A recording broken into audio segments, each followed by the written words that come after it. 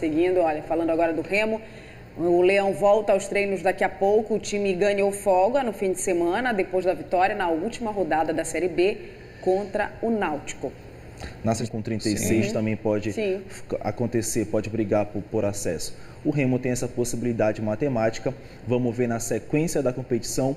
O Remo que enfrenta o Sampaio Corrêa na próxima quinta-feira. O Sampaio que vem muito mal, vem de 5 jogos sem vencer.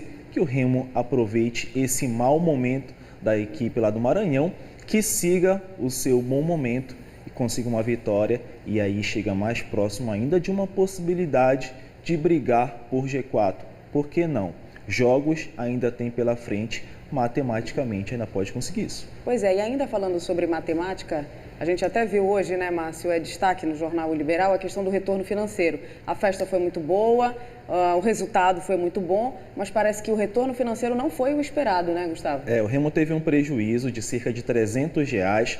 A gente sabe que os jogos sem público, ele de certa forma tem prejuízo, né, porque a diretoria acaba arcando com todos os custos que existe aí dentro do futebol, a gente sabe, mas ao mesmo tempo pôde contar com retorno de público. O Baenão tinha capacidade para receber mais ou menos 4.000 torcedores, mas muito desses ingressos o Remo já havia vendido com antecedência, em promoções que havia feito, então venda realmente física de ingresso para a partida foi um número bem reduzido, foi cerca de R$140 que o Remo cobrou para a venda desses ingressos, o que fez com que não tivesse uma grande arrecadação. Mas pelo menos para a sequência já deve ter um número maior de torcedores, um número maior de ingressos à disposição, à venda mesmo, para que o Leão, a gente sabe que ainda não é um número para o Remo ter muito lucro, para o Remo conseguir a arrecadação, que a gente sabe que é muito importante para os nossos clubes, mas que ao menos vai se livrando aos poucos desses prejuízos que a gente sabe que acontece dentro dos jogos de futebol, quando os clubes têm que arcar com os valores, né? Inclusive, o presidente do Remo chegou até a sinalizar antes do jogo, né, essa preocupação com a questão do custo de se fazer uma partida com torcida.